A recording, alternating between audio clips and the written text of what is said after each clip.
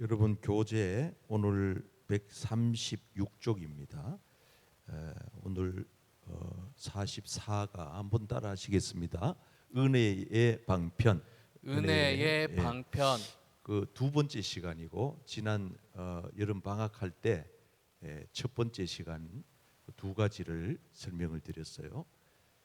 우리가 교회에 오시면은 은혜 받는 방편이 있다. 통로 혹은 도구, 수단인데 여러분 이왕에 교회에 오셨으면 은혜 받고 가시기를 바랍니다. 아멘. 그래서 그 은혜 받는 그 첫 번째 방편이 말씀이다. 말씀은 설교도 말씀이고 또 성경도 말씀이고. 그래서 여러분 설교 시간에 은혜를 받으시기를 축복합니다. 아멘. 어떤 분들은 설교 시간에 은혜를 못 받고 가요. 그러면은 좋은 식당에 가가지고 밥값을 비싸게 내고 음식을 하나도 안 먹고 오는 거하고 똑같대. 얼마나 그러면 허기가 지겠어요, 그렇죠? 그러면 손내잖아요. 나만 손내잖아요.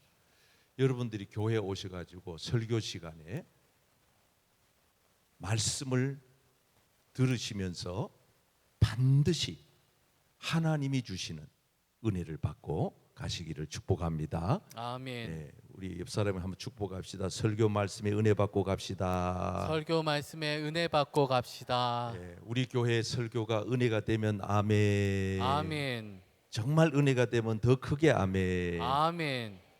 우리 교회 강단은 참 복된 강단이라서 지난주에 우리 나름 목사님 설교에 얼마나 큰 은혜가 되고 힘이 돼서 그죠? 우리 부목사님들도 설교하면 다 은혜가 되고 여러분 그래서 설교는 사람이 하는 것이지만은 하나님께서 은혜는 우리에게 주시는 것이기 때문에 사람 보고 은혜 못 받으면 그 나만 손해예요. 우리는 여기 서 있는 목회자를 통하여서 하나님이 내게 주시고자 하는 은혜 꼭 받고 가시기를 축복합니다. 아멘. 그게 뭔지 저는 잘 몰라요. 그러나 여러분들은 아실 거예요. 오늘 말씀 듣는데 참 은혜가 된다. 그 말씀은 꼭 나한테 너무 위로가 되고 힘이 되는 말씀이다. 내가 그 말씀을 내 영의 양식으로 삼고 살아야 되겠다. 그리고 이 설교 시간에 말씀을 통하여서 은혜를 받는 것. 이게 이제 방편이라는 거예요. 은혜의 방편이다. 설교 시간에 뭐 주무시고 가도 나는 상관치는 않는데 다만 안타까운 거는 은혜를 못 받으시니까. 뭐 피곤하면은 어쩔 수가 없어요. 눈꺼풀이 막 내려오는데 어쩔 수가 없어요. 그러나 그 주무시는 걸 내가 어떻게 깨우겠어요? 피곤해서 잠이 오는데. 그러나 목회자로서는 저렇게 주무시면은 은혜를 못 받는데 이제 그게 이제 안타까운 거예요. 그래서 옆 사람에게 졸지 말고 은혜 받고 갑시다. 졸지 말고 은혜 받고 갑시다. 그리고 교회 와가지고 자꾸 조는 버릇을 습관이에요. 그것도 그런 습관을 들이면 안 되는 거예요. 말씀을 들을 때는 다 설교자를 똑바로 쳐다보고 가급적이면 설교 시간에 은혜 받으려면은 앞자리로 오는 게 좋고 예배 늦지 않게 일찍 오는 게 좋고 와서 미리 기도로 준비하는 게 좋고 아멘. 말씀 들을 때 가만히 있는 것보다가 아멘으로 화답하는 게 좋고 아멘. 말씀을 들으면은 내가 은혜 받아야지 그래야 내가 살지 그러고 마음문을 활짝 열어놓고 듣는 게 좋고 아멘. 아멘. 아멘. 제가 지금 몇 가지 설교 듣는 방법을 알려드렸어요. 앞자리로 오셔라. 준비되게 미리 와서 앉아서 기도로 준비하셔라. 마음문을 활짝 여셔라. 눈을 크게 뜨고 설교자를 집중해서 주목해라. 그 다음에 그냥 가만 앉아있지 말고 말씀 들을 때마다 아멘으로 화답해라. 아멘. 그러면 반드시 은혜 받게 돼 있는 거예요. 아멘. 여기 와서 누가 설교를 해도 은혜 받게 돼 있는 거예요. 왜? 은혜는 사람이 주는 게 아니고 목사가 주는 게 아니고 하나님이 주시는 것이기 때문입니다. 아멘. 아멘. 그래서 우리가 설교를 통하여서 말씀을 통하여서 은혜를 받고 성경 오늘 또 성경 읽고 성경 찬송 필사하고 하는데 찬송가는 그 성경책 똑같은 곡조를 붙여놓은 거하고 같으니까 얼마나 은혜가 되는지. 여러분 어제 밥 먹은 거하고 오늘 밥 먹은 거하고 어제 반찬 오늘 반찬 똑같은데도 그 똑같은 반찬 내놓고 먹는데도 맛이 어떻게 그렇게 달라요. 그래서 허기진 사람은요 맨날 먹는 밥인데도 맛이 있고 늘 항상 먹고 싶고 그 왜 건강하다는 증거예요. 여러분 설교도 맨날 똑같은 거 들어도 은혜가 되시기를 바랍니다. 아멘. 성경 말씀 여러분 이 몇천 년이 지나도록 성경책은 안 바뀌어요. 똑같은 그 책이에요. 그런데 작년에 읽었던 그 성경 올해도 또 읽고 오늘 읽은 성경 내일 또 읽고 똑같은 거 계속 읽는데도 맛이 달라. 맛이 읽을 때마다 은혜가 되고 할렐루야. 아멘. 그래서 여러분 성경을 많이 읽으시고 많이 쓰시고 많이 가까이 하셔서 성경책을 통하여서 은혜를 받으시기를 축복합니다. 아멘. 성경책은 하나님의 말씀이잖아요. 하나님이 성령의 감동으로 써놓은 책이잖아요. 그러니까 어느 때라도 성경을 열어서 읽으면은 성령이 역사한 성령이 이게 그냥 책이 아니에요. 보통의 책이 아니란 말이에요. 그래서 성경을 그냥 여러분들이 액세서리로 가지고만 다니시면 안 돼요. 끊임없이 100번이고 500번이고 성경을 많이 읽기도 하고 또 자세히 읽기도 하고 무조건 많이 읽어라. 나는 이건 아니에요. 적게 읽어도 한 절 말씀을 읽어도 깊이 묵상하고 그 말씀 속에서 하나님이 지금 뭐라고 나한테 말씀하시냐. 우리 어제 새벽 기도할 때는 우시야 왕이 죽던 해에 나는 그 말씀에 은혜가 됐거든요. 우시야 왕이 죽던 해에 아니 우시야 왕이 죽는 그 해에 무슨 일이 있었길래. 그리고 우리 새벽 기도 때는 내가 성경을 묵상하고 읽고 은혜 받은 걸 성도들하고 나눈단 말이에요. 그리고 여러분들도 마찬가지예요. 성경을 읽으면 여러분 스스로에게 하나님이 주시는 은혜가 있는 줄 믿습니다. 아멘. 네. 여러분들은 설교를 안 하신다 뿐이지 저하고 똑같은 거예요. 저는 받은 은혜를 여러분들에게 나누는 거. 여러분들은 성경을 교회에 와가지고 설교를 통해서 은혜 받으시고 집에 가서 혼자 성경 펴서 하루 한 장씩이라도 읽으시면서 그래서 성경책을 통하여 은혜 받는 여러분 되기를 축복합니다. 아멘. 자, 이제 은혜의 방편이 여러 가지가 있는데 이제 우리가 가지고 있는 이 교재에서는 지난번에 요거 다루었고 그다음에 이제 오늘 저걸 다루는데 그 방편 중에 하나가 또 기도라는 거예요. 기도는 공적인 공중기도가 있고 자 한번 따라해 볼까요? 공중기도, 공중기도, 개인기도, 개인기도. 그렇게 이제 기도가 있습니다. 공중기도, 대표기도를 말해요. 우리는 여기에 올라와서 대표 기도하시는 분의 기도를 통하여 하나님의 은혜를 받게 되는 줄 믿습니다. 아멘. 그래서 이 공중기도, 대표기도가 중요한 거예요. 왜냐하면 이 기도가 은혜의 방편이기 때문에 기도를 통하여 우리가 하나님의 은혜를 받는 것이기 때문에 그리고 대표 기도자들은 많이 준비를 해야 돼요. 더 많이 하나님 앞에 엎드려야 돼요. 그리고 이 개인 기도를 통하여서 우리는 매 순간마다 그래서 저는 참 신비롭게도 화요일 날 새벽 되면은요 주일날 설교를 하나님이 여기서 위에서 이래 레이저로 쏴주는 것 같아요.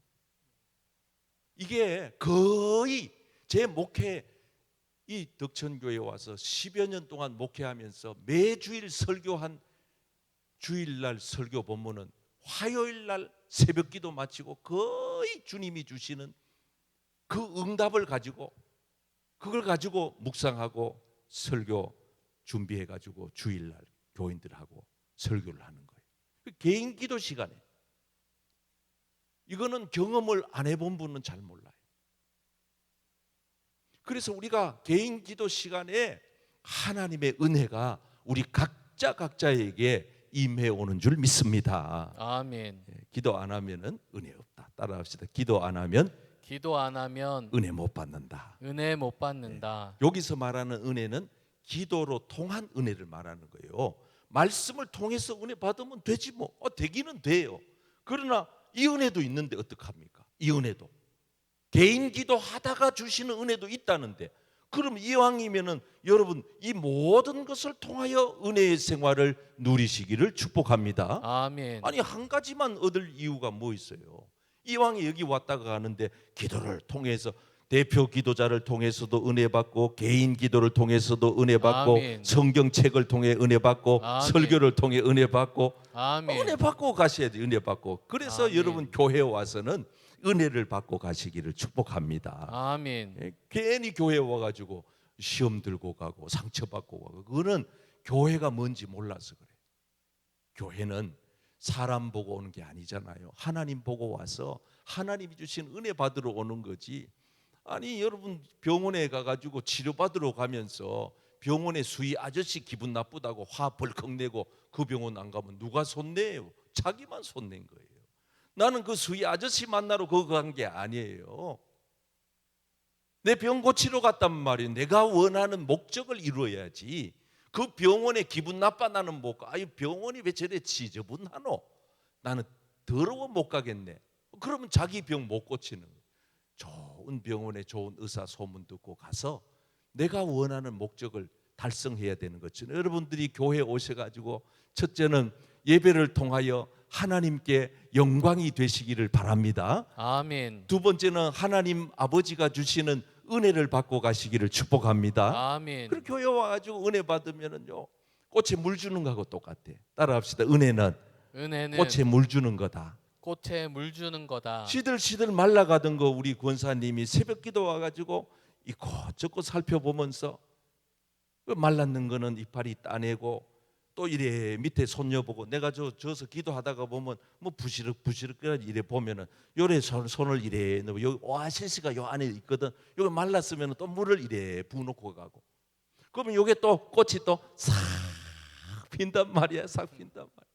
꽃이 이래 우울하게 죽어 있다가 우리 권사님이 물을 주면은 또 싹 피고. 이거 은혜 받는 거하고 똑같아. 여러분 교회에 와서 얼굴이 확 펴서 가시기를 축복합니다. 아멘. 그래서 구겨져 있는 내 마음도 교회에 오면은 펴지고, 상처받고 세상에서 힘들고 세상살이 돈벌이 하기가 직장에서 눈치 보고 상관에게 미운 소리 듣고 이렇게 저렇게 지치고 시달린 심령이 교회에 와가지고 하나님의 말씀 듣고 은혜 받고 힘을 얻고 가시기를 축복합니다. 아멘. 교회에 와가지고는 우리가 은혜를 받아야 돼요. 이 공정기도 할 때 제가 지난번에 손가락 그려줬잖아요. 손가락 5개 쫙 그려주면서 이 5개 손가락을 가지고 공중기도 대표기도 하는 분들은 꼭 기억하셔야 돼요. 자, 첫 번째, 자, 그림 보고 합시다. 자, 읽어봐요. 시작. 음지부터 시작. 하나님 감사합니다. 용서해 주세요. 도와주세요. 예수님 이름으로 기도드립니다. 아멘. 자, 이제 앞에 보세요. 여러분 이게 5 손가락 기도예요.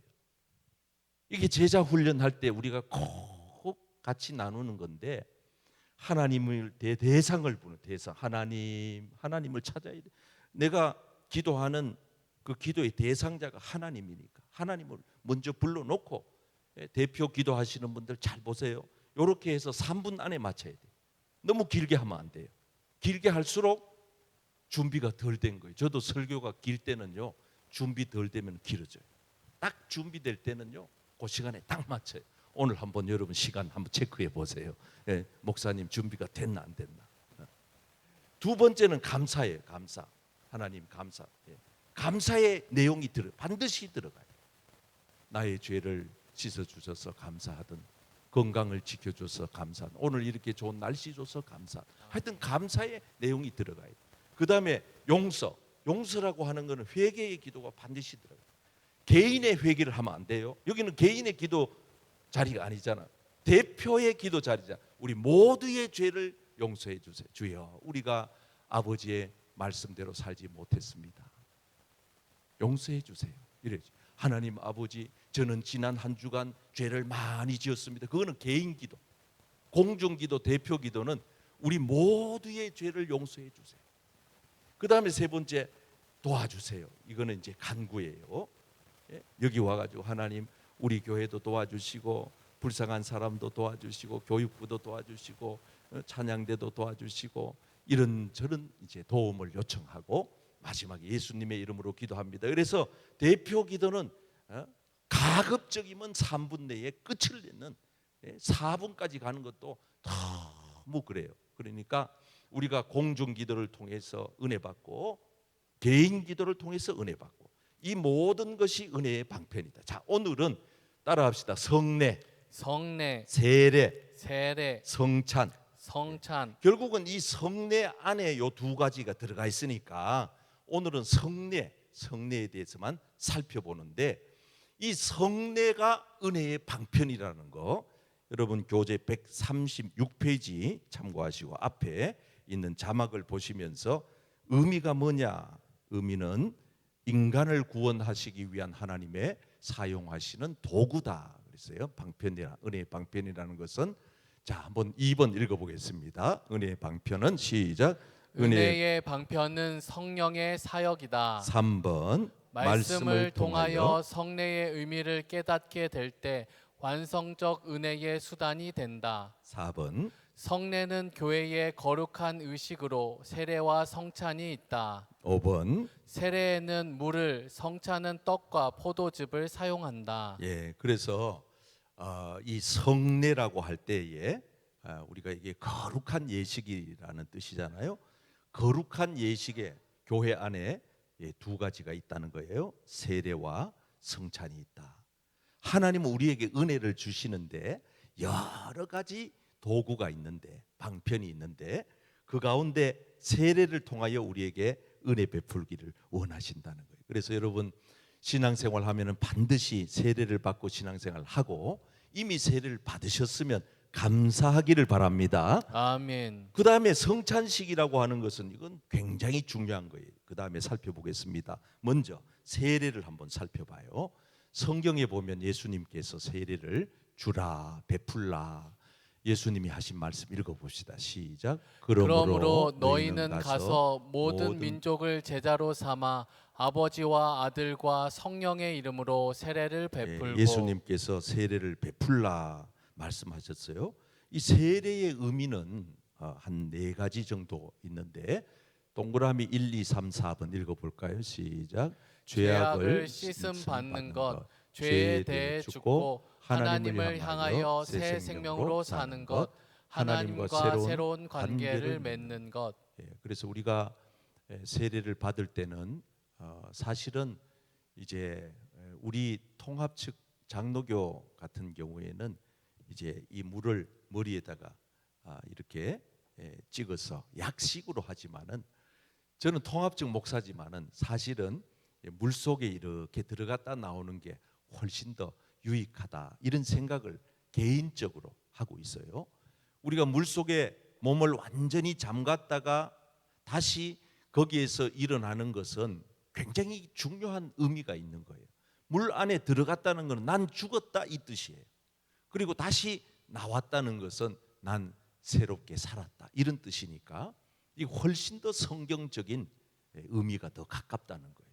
예수님도 그렇게 하셨고 세례 요한도 그렇게 했으니까. 그럼 우리는 물리적으로 그렇게 여기 뭐 세례 단이 있는 것도 아니니까, 또 우리 통합 측 장로교는 그걸 안 하니까 우리는 교단 헌법대로 약식으로 하는 것이지만은 의미는 그렇다는 것을 아셔야 됩니다. 자, 이 세례에는 3가지 약속이 있어요. 네, 한번 읽어보겠어요. 1, 시작. 내가 너를 구속했다. 2, 구속받은 너는 내 것이다. 3, 너는 특별한 삶의 목적이 있다. 그래서 우리가 세례를 받기 이전과 세례 받은 이후는 완전히 달라져야 됩니다. 이게 중요한 거예요. 자, 이제 마지막으로 성찬에 대해서, 성찬식을 통해서 여러분 가운데 아마 성찬식을 통해 은혜 받은 분들이 많을 거예요. 저도 성찬식을 베풀기도 하고 옛날에는 참여하기도 했지만은 꼭 은혜가 돼요. 찬송 부를 때도 은혜가 되고, 오늘 우리가 이제 예배전 찬송을 성찬식 때 불렀던 그 찬양을 했는데 아무 흠도 없고 거룩하신 우리 주님의 그 십자가 죽음을 찬송하는, 그래서 어떤 분들은 성찬식만 하면 그냥 그 은혜가 돼서 눈물이 그냥 줄줄 흐르는 거예요. 그 다음에 이제 예수님의 그 몸을 상징하는 떡을 먹고 포도주를 마실 때 정말 두렵고 떨림으로 그 신비로운 그 경험을, 예수님과 내가 하나가 됐다는 그 경험을 하는 겁니다. 그래서 성찬의 의미를 한번 살펴볼까요? 두 가지. 1. 시작. 그리스도의 대속의 은혜를 떡과 포도즙을 가지고 기념하는 것. 그래서 우리가 떡하고 포도즙을 사용해서 이 성찬식을 하고 있습니다. 두 번째. 시작. 주께서 제정하고 지키라고 명령하신 성례이다. 이건 예수님이 직접 이렇게 행하라, 나를 기념하라 말씀하셨어요. 한번 성경 읽어보실까요? 시작.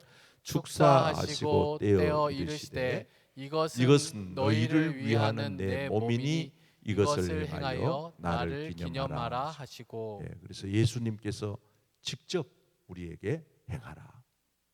그래서 우리 교회는 절기 때마다 지금 하고 있지만은 옛날에 제가 처음 왔었을 때는 좀 더 자주 했던 적도 있고, 어떤 교회는 한 달에 한 번 하는 교회도 있어요. 매달 첫 주일에 성례식을 하는, 성찬식을 하는 거예요. 그래서 천주교 같이 우리는 하지는 못하지만은 이 성찬식을 통해서 얼마나 큰 은혜가 되는지 몰라요. 이 성찬식에는 세 가지 약속이 있는데 한번 읽어봐요. 동그라미 1번. 시작. 예수께서 형벌을 대신 받았다. 두 번째. 예수님의 공로로 사죄를 받았다. 세 번째. 예수님과 함께 영원한 생명을 얻게 된다. 그래서 우리가 이 성찬식은, 장차는 영원한 하나님의 나라에 들어가서 우리 주님이 집례하는 그 성찬식의 신령한 잔치 자리에 참여하게 되는 날이 오게 될 줄 믿습니다. 아멘. 그래서 그 영원한 천국에서 그 주님이 베푸시는 그 잔치 자리에 여기 모인 모든 성도님들이 한 분도 예외 없이 다 들어가게 되시기를 축복합니다. 아멘. 자, 성경 한번 읽어보겠습니다. 그가 오실 때까지 너희가, 시작. 너희가 이 떡을 먹으며 이 잔을 마실 때마다 주의 죽으심을 그가 오실 때까지 전하는 것이니라. 아멘.